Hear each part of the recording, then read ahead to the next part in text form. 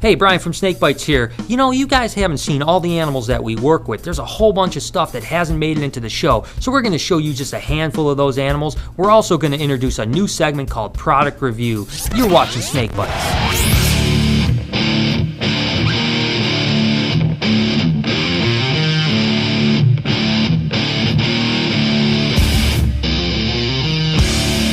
Okay, one of the snakes that we haven't had a chance to get into the show too often are these Mandarin rat snakes. They're actually an Asian rat snake and really have some of the coolest colors that a naturally occurring animal has that's not venomous. Chewy and Trav here. Another unseen animal is in my room, and I know you've never seen this snake, is a red eye. Also known as a cave-dwelling rat snake. Take a look at him.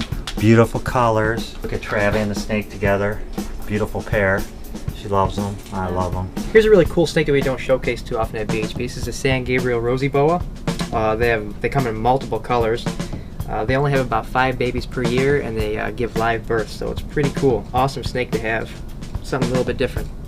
Alright, one of the animals you don't see very often around here, but it's kind of neat, or what's called a Calabar burrowing python. Alright, what we have here is the Kuzener Island rat snake. It comes from Japan. It's another relatively unusual snake that we have here at BHB. Another animal unseen at SnakeBytes is my pet crookneck. I rescued him since he was a small rat. I've had him for about a year now. He's got a little neck problem, but he's real cute, you know. He's one of my favorite animals, and he'll soon be one of yours. Crookneck.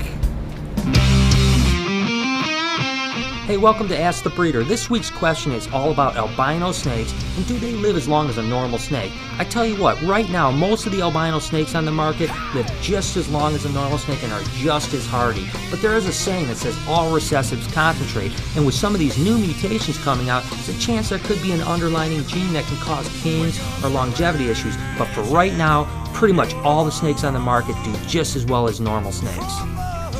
Hey, if you guys have any questions for Ask the Breeder, make sure to send them to Brian at SnakeBytesTV, and I'll answer them in a future episode. And another one is the snow gopher. I just like it. I think it's really weird because it's got these really huge giant eyes as he tries to take it out. Alright, another cool looking animal around here that you don't see too often is what's called a king rat snake. Kind of evil looking, but they're still cool. Okay, here we have a snake that's called a carpandro. It's actually a hybrid snake between a carpet python and a green tree python. We don't do a lot of hybrid snakes here, but this one is really cool, and it's one of Chewy's pets. He loves this animal, and it's a really beautiful snake. Another unseen animal at SnakeBytesTV is my sulcata tortoise little hen. Here he is down here. He eats about a head of lettuce a day. I soak him every morning.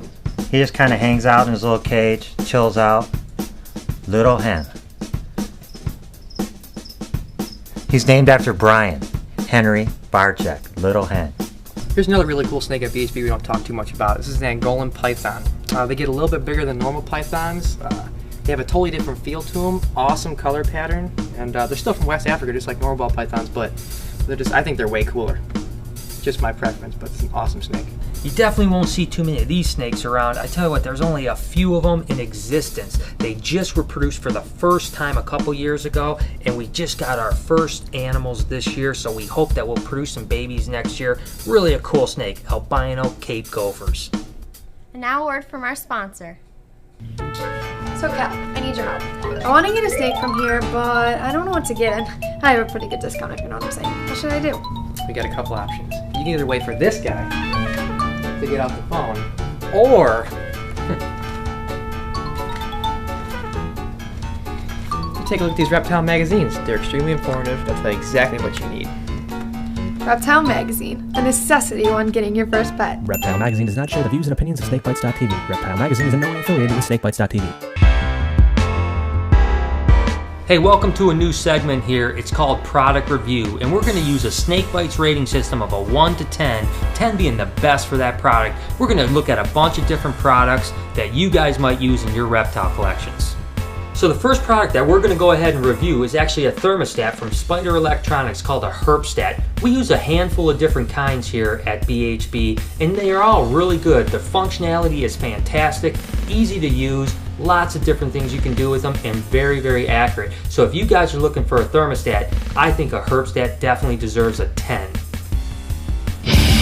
Okay, so there you have it. Some of the animals that haven't made the cut in previous episodes of Snake Bites. I want to know what you guys think, so make sure you comment down below and tell us which animals you thought were the coolest ones. You guys have heard it before, Snake Bites is all about the online community, and we're going to start to give a weekly shout out to some of the forums that we hang out with. This week it's about ballpythons.net. Check it out, you guys will like it. Until next time, this was Snake Bites.